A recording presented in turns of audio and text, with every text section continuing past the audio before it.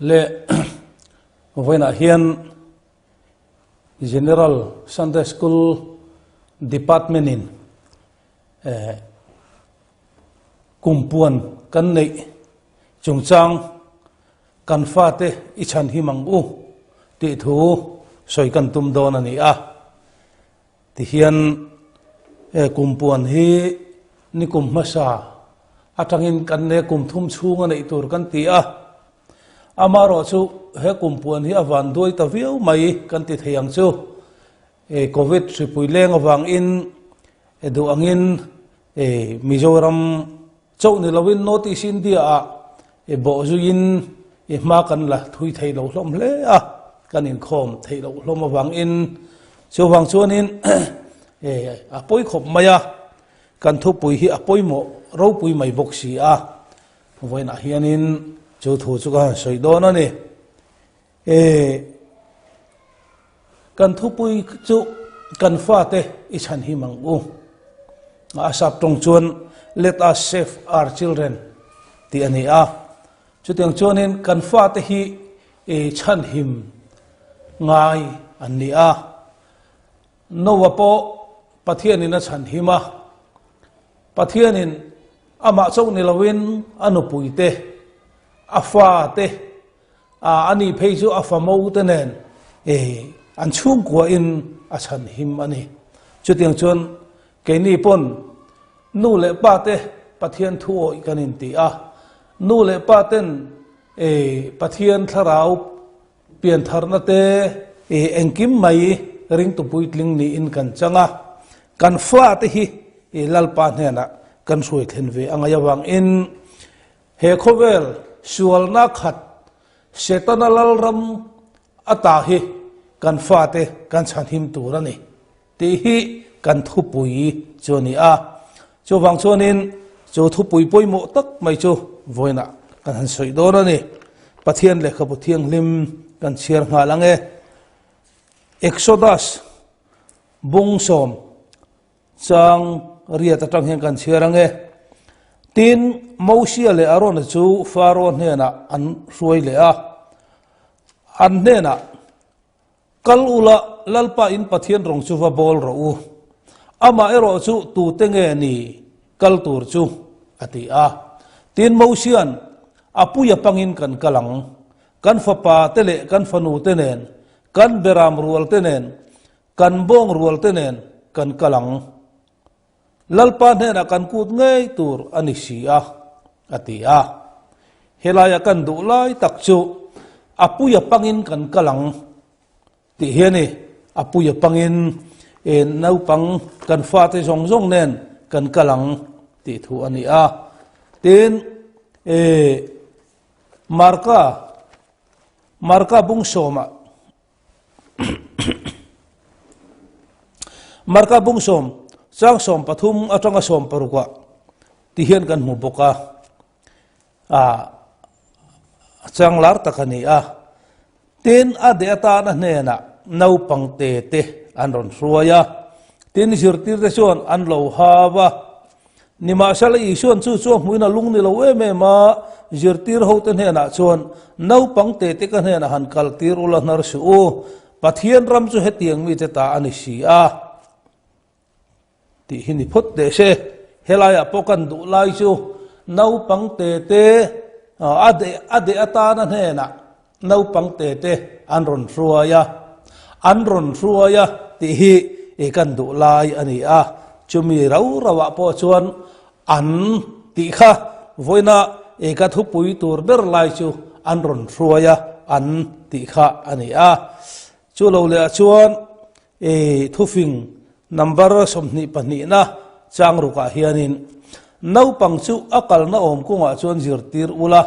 a upat hun po in a thla lawang ti kan hmu a pakhat han chir le lo ila Joshua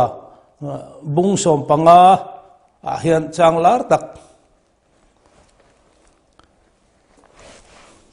keile ka chung te ro hi zongin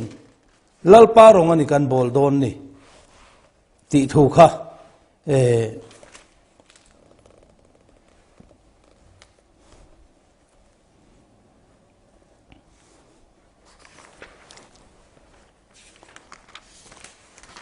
Joshua hianin Israel fa te ho nen akhan kanan ram an lu to nu akhanin asoya Joshua bung som ni pali chang som panga hian lalpa rong bol hi tha lo om anga in fiat chuan voila hian tu rong in bol don thlang mai ro u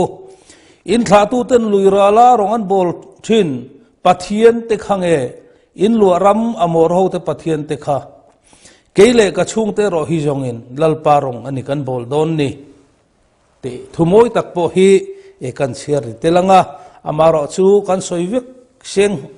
kherlo ome engpo ni se hetianga thu pui thatak mai kan nei tak sia chon engtin nge kan bo zuyang bo zui dan tur thulian tak tak chu la omina langa no pang te chan him dan tur chi sang sang a oma chu wang chonin Sunday school department executive committee chonin ti hian kan han thlir sang le dewa no pang ten tharau thianglim an don theina tura malak ni se ti te thu pathian thu an riat tam theina turin vocational bible school te tharawan don theina turin camping te nei ni ro se anti a tin juk le muam rui thei thil te ju le rui hlo te laka ven him dan tur tin mi pat mei chiat na man sual na laka kan von him dan tur ngai tu ni sela tin chu lo le chuanin internet IT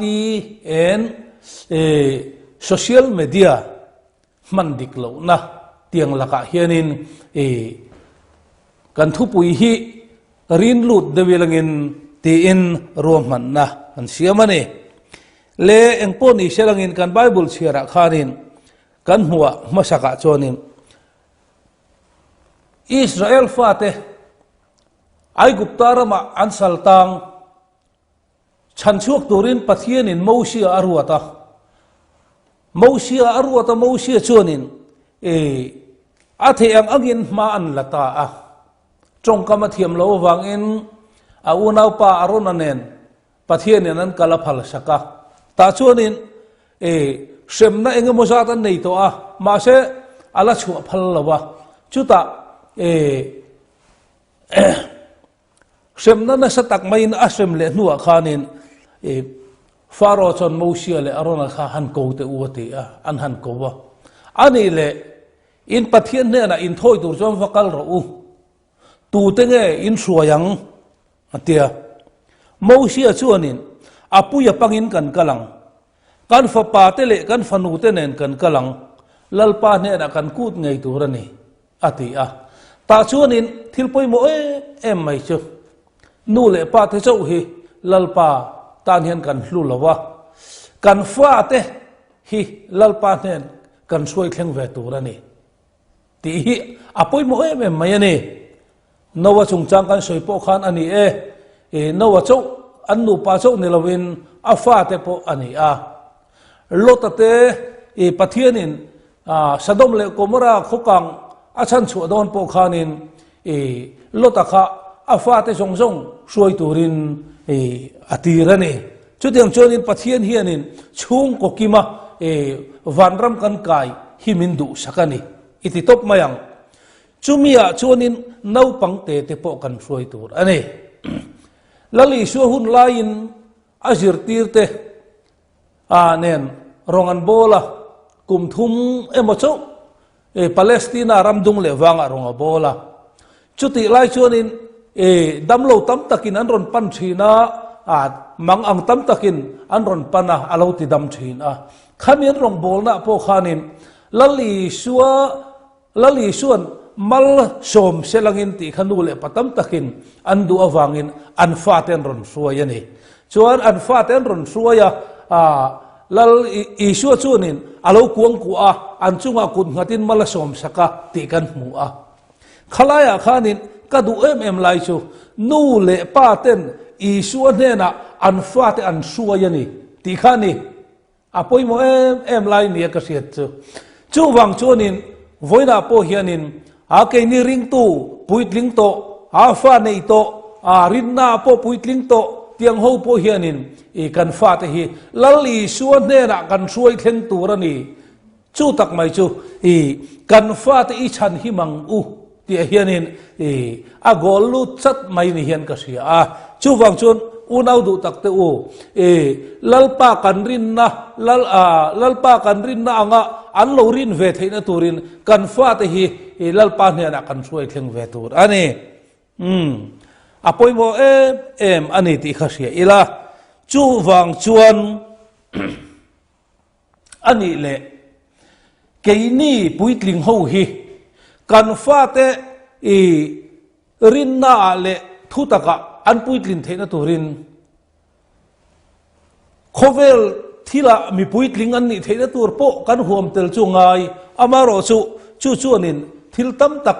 aken tel do na wangin kan soi seng lowanga ti sa thila po puitling se ti chu kan du maro chu voina kan target liana chuanin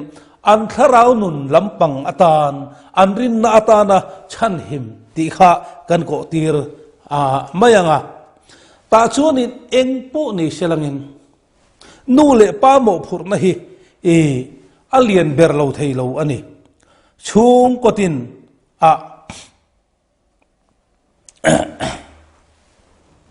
chung kotina e nu le pa ten kan fa te kan suai puitlin apoi mo dona chu wang chon e chumi kan ti thei tur chuan ama saberin nu le pa te kan poimo ta ne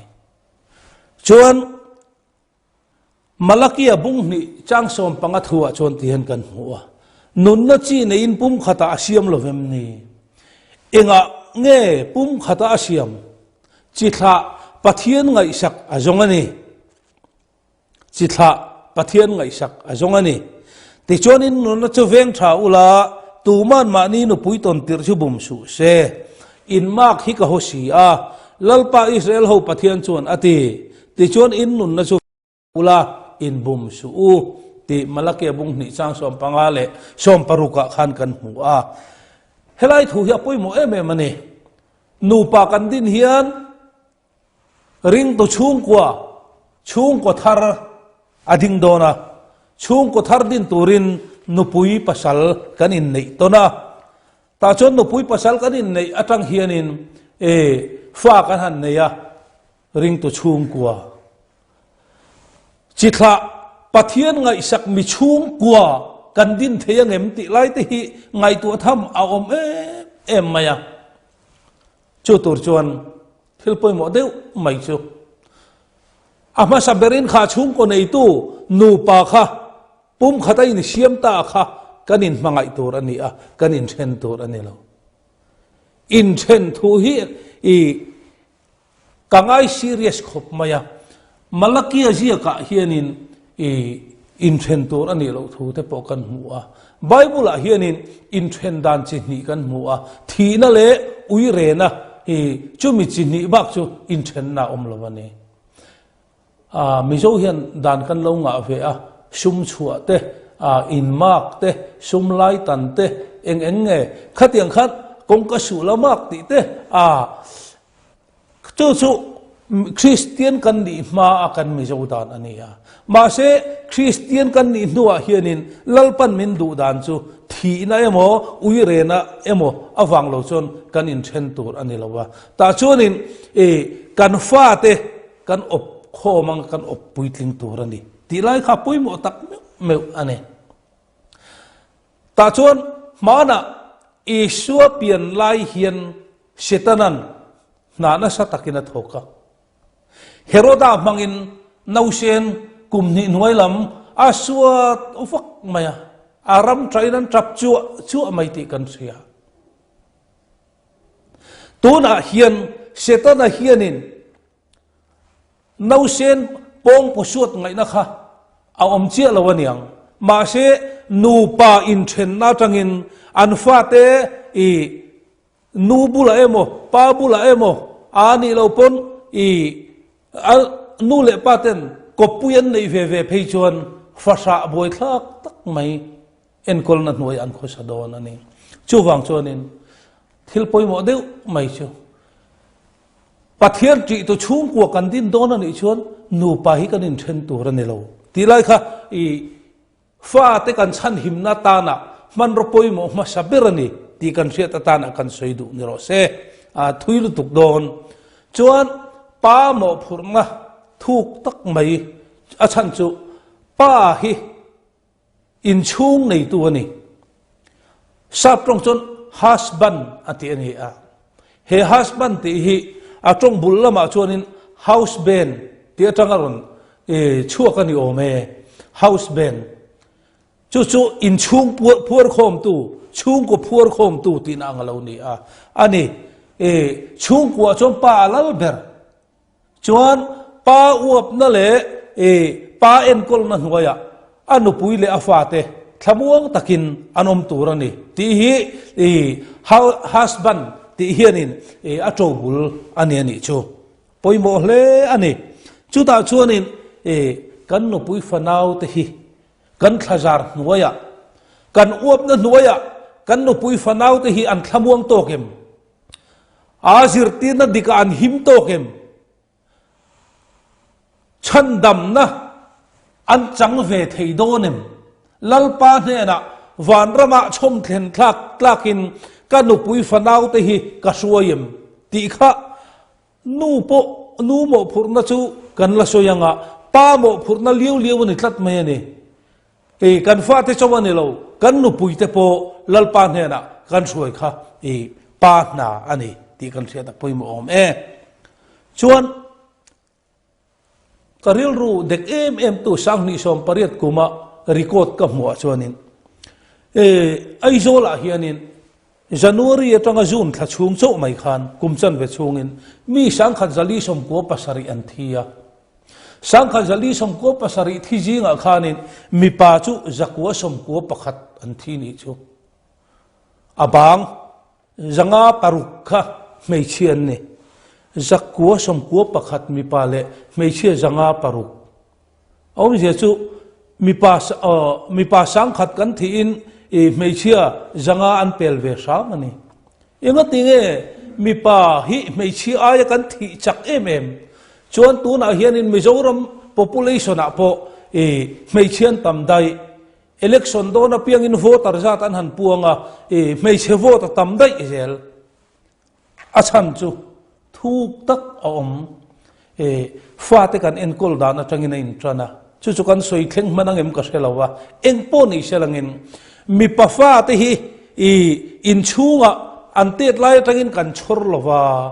in hun olan nga a kholaya an te mai maya mei chenau pangero chu mun kan phia tira a thleng kan sil tira in chunga cho me te po a cho chum te po an thiam thoi mai chuti lai chon mi panau pang chu kan tha da khopa engma ti tir lo hianin kan lo om thina chu chon mei hial zu ru kan trana thian sual an trana mi huana theira lo ruk an trana adot le chuanin isu in ruk te khatiang khan emo alo om ta ta tang chuanin anan tleiro la mi pa tleiro te chu sual khata om kan ti liam maya zuan ina a then rui lo anti chotana teng khanin rui lo anti rui lo ti te phei hi chu kum rei lo te kum som thum hnuai lama hianin an thi teu me ne chung rui lo ti wanga nulat langwal thi te chu mei chia pon om ve zeu ma se atam jok fe chu mi pa an ni a tin zungol vei hi zungol vei le zu wanga thi hi kum som lin wai laman ni furu mai chunga chuanin mi pa mei chia hi zungol vei wanga thi hi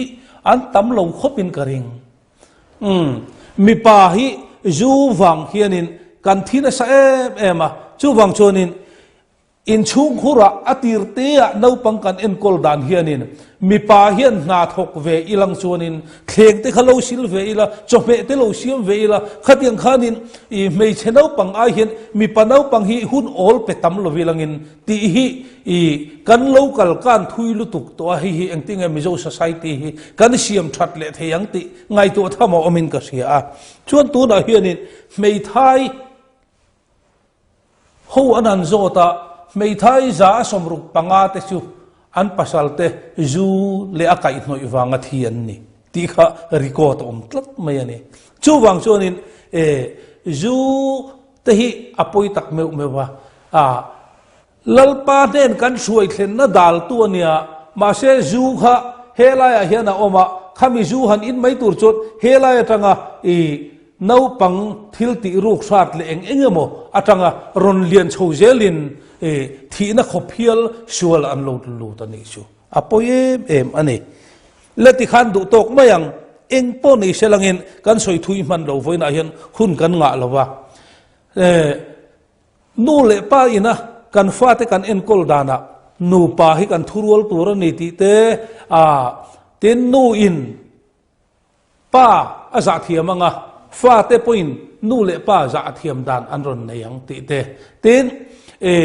nu then khat chuanin an fa te sual na hi an pasal te bula hianin an jep saka tin an jep sak lo pun athen chawan soya apa thin rimanga a vose pangti hlawin ka hume antia ma se kha khathil thalo alo ni ta izo kani ma se chulam chukan soi thui thei lawang en po ni selangin kan fa te thu tak le tharawa kan chan him theina tur kong then khat in soi don te ang sam za som pakwa chang za panga chon I thu hi ka ke ta te hian khomwar ania ka kong atan engani ti kan hmu a tin thu fing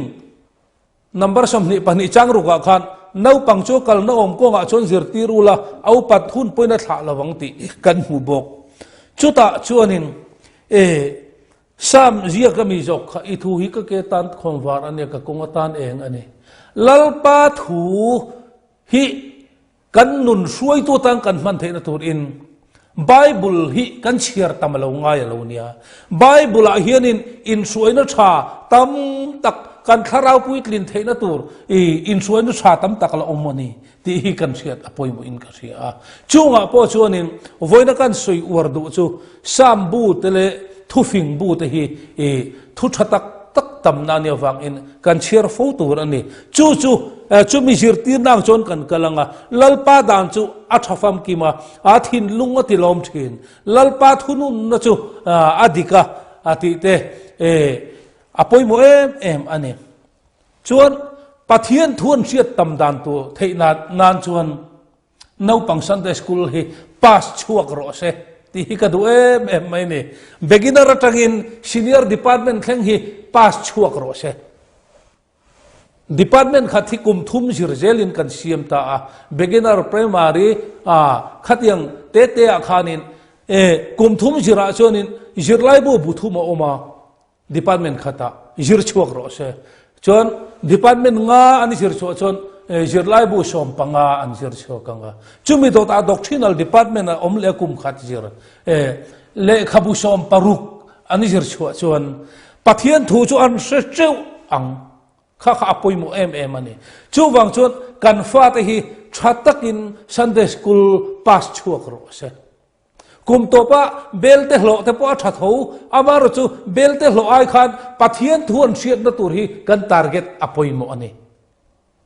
chin chiang o chu ta chuanin kan lo la ma kan lo la lak chak lo em na chu Sunday school jir lai bu hi ina nei ve thei ani ti hi kan lo in jir tir thui lo khop mai nu le paten kan fa te department jirlai bu piang kha lei sakila junior rachin phei chu nu le paten kan chiar pui po ngai lawang an manin an chiar theyang sikula ma an jirlai bu kum tin bunga bu som kan lei saka an kharau puitlin ve na tur an siat na puitlin ve na tur atana hian kum tin jirlai bu pakha thei chu kan lei sak ve ngei turani chu nu le pa te mo phurna nia kan fa te chan him na ta na zirlai bu le sakhe apoi mo pathian thu tak an ma nia sil keu hi har khop mai chu wang chon an zirlai bu hi in lama kan lo en puyanga in lama enge hoina in zir kan tiang kan lo so tanga ta chonin an zir dan milin an zirlai bu kan kol chonin kan lo onani chu wang cho voina hianin a pentecost chung ko te chuanin kan fa te kan en kol puitlin na tur le kan fa te kan chan him na tura pathian thu ta kan du nge theina turin an zir lai bu le hi ti mak mo inga yang u tin ka som du chuani ti khan to mai ro se pathian thuan siat kha atha adot le chuan poimo de mai chu pathian thu kan ne thei na tur le an ma nia nun naom theina turin tharau thiang lim an dong ve turani tharau baptisma an chang ve turani tharawin a khoi dang lam ve turani ti kha poimo chu wang chuan tharawin a khoi dang lam theina tur chuan nau pang camping hi kan nei pui angai i nei pui ang u nau pang camping hi asian so tampo ni selangin ko san hian ui mi alo a thain ka sia kan fa te kan chan him na hi i rong bol na poimo ani ti hi siang u khai kan fa te beran him lo chuan biakin thatak po nei langin tunge runin khom tuang saprama adar thalang kan mu a saprama in khom thin tam tak chu pitar putaran ni anti kha alani rengin karing tuna keini bhau po hi han liamila kan faten biakin an ngai nat lo chon eng tin ngai niang poilu tu chu wang chonin nau pangten tharau thiang lim an don khan thu ta kan lo siat to nen pathian thuan lo siat to an lo zir tam to nen khanin anunga nga ta chonin ring tu puitling an ni thei do na ni apoi mo em in ka sia ta chonin hei kan ti sual pakhat om chu camping kan nei do na thalai camping kan tia kan uar khop mai ma se thalai camping kan ti hian anril ru khau nu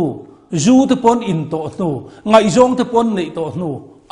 i tharau pol tir kan tum chowa alo diklo thil sualan ti tam ma ngai zong pon la nei ma adot pon la soi tam ma atang hian pathian tharau kan lu tir turin kan be apoimo ta chuanin kan ko sanina mi poimo kan nei kan missionary ma saber reverend elc jemakha kum kuani lain tharau thiang ni madonga tin do varipo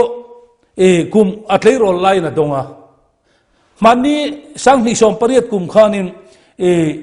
khovela kan ho tu pa reverend david ke banara chuanin tuitara katunu kumruk mi chon tharau thiang ni madonge ti aron ji khani chu khai kumruk min tharau dong thiem ni ti kha keima hian om dewa amaro chu nau pangte ten pathian tharau thiang lim an dona tharau baptisma an don hi lalpana phalani chu wang chuanin anril ru khau ma sualan la dai ma hianin lalpa tharau in alwa ngal chuanin awahan thadon te lulem ti min ngai tu tira chu ti ni chuanin nu le paten kan hu phak lo na thian an koma akan mu phak lo na daya te anwa ka chunga te chuanin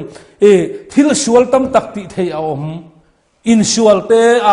ruk te enge mo thil tam tak om khatiang laka an him theina tur chuan nu le paten kan va veng phato lo nau pang sir tir tu ten an veng phato lo an ma ni thin lunga khanin tharau thiang limin thuan nei angai chu tak mai chu pathian thu taka le tharau thiang lima kan sir tir tharau thiang limin abaptisa tharau thiang limin at khoi to chuanin an him thei do na lo ni chuwa cho u dau du tak te u nau pang la ya an nau pan tet la ya tharau thiang liman don helo poimo lu tuk tat ti hi voina hianin uar takin ka soi du chumi ta na chon thei top choin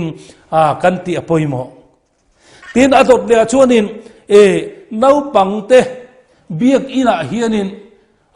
biak ina in khom nai kan du fai fel lu tu khi poi hi ka te biak ira hian nau pang te tlang nel vero se ko san ji nga hianin ngam patakin omro se ngam patakan om theina turin biak inin khom te hi von phone kan tum lu tuke mi ka ti pha rum thina en poni selangin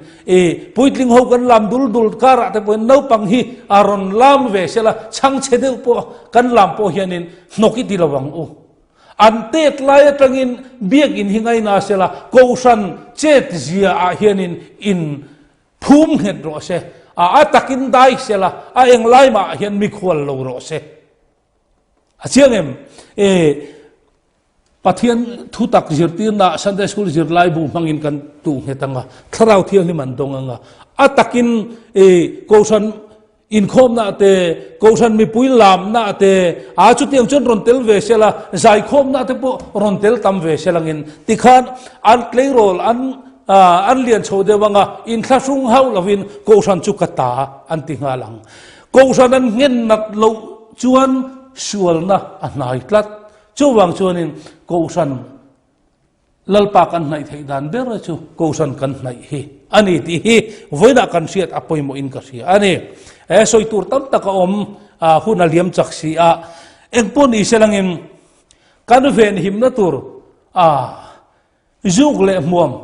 rui thei thil zu le rui lo ti te hi soi tham van om te lulem chu bang chon an tet lai tangin chu tiang anga chon an ti lo theina tur kha kan hir tir tam te po alo ngai phot tin social media WhatsApp kan wan khoina sate lul kumruk kumsari chu soi lo ka tunu kum thum mi te po khianin me chu turi aselutuk YouTube te en du zong te aselutuk tikhan social information technology khovela kan lu ta au palam te chuan kan thiam tharle to vak lo ma se nau pang te ten an mu thil tam tak alo oma thil tha tam tak a oma thil tha lo po tam tak a oma sual na lama min suai thei tam tak a oma tin game sianin kan ril rul kan thlu ka ti cholol na sa thei em a mit te po ti chena sa theia nau pang te tar mi tan hu furu to hi chutiam chonin he IT lo chuak hianin buai na tam tak min thlen tin nu le pa ko sana rong bol tu tam tak tir ko pastor thlengin phone kan khoi na sama ma tam takin bible ayin phone kan khoi na sa anti keima po hena diklat midang point ni ve furang engpo ni se he social media man sual tur laka hian enge mo hi chu kan dap chu alanga yani kan fa te po anti lutuk tur an hun zong an pek chuan an zir lai te po an ngai sak lo pha don ani ti a chiang reng soi thu yangai lo ve ti khan du to le mayang khalai kha chuan kala soi le du chu mizo society kan ti lar lo thin em chu kan fa te bula mei chiat mi pat mei chiat na man chung chang zirtir na pek hi sex education an ti hi eng tin nge kong tha ti hi ke phei chang ka fa te bula ka soi lo re nu tan hian achi dewaniang pa pon kan ti chu tur om chin chu omin karinga eng po ni se klei rol chho lai atangin nge ni ai ma nga yem ka se lo ve in ngai na sual hemi in ngai zon na tangin mi pan mei chiat na man turin mi pa in kan bial nu te kan kara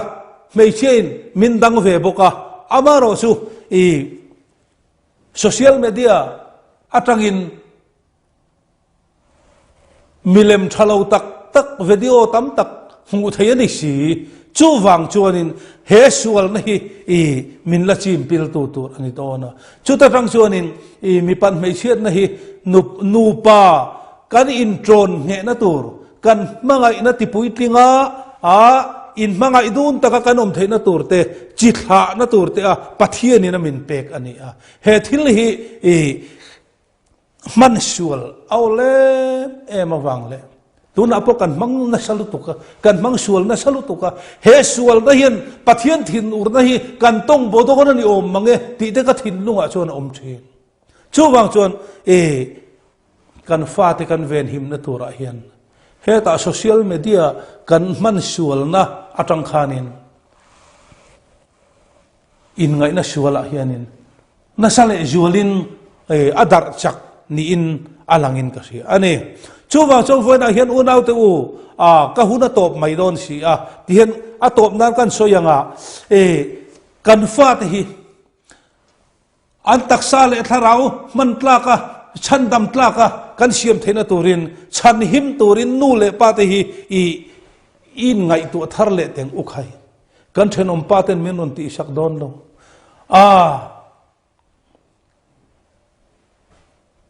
Paul committee kan ngai sak awanga kan fa te kan ngai sak lo te pho hi kan in siam rem deuh chu ngai Paul chak hle ai po in chung ko him kha apoi mo siani chu wang chong foi na hian unaw do tak te u eng po ni se he khowel sual tak laka hianin kan fa te hi I chan himang ukhai kan fa te hi I chan chukang ukhai he khowel sual tui pui ron phone wel mek kar a hian an tlak pil mai lo na turin ti tur kan van nga te lulem chumi ata na chon chung kotina missionary dangan ron kaldon lo nule pa te hi en kultura lalpa min ruat te kan niawang in kan fa te I chan himang o ti hi voina ka soi thei tong ne ro se lalpan kan za tamal min som sa ro se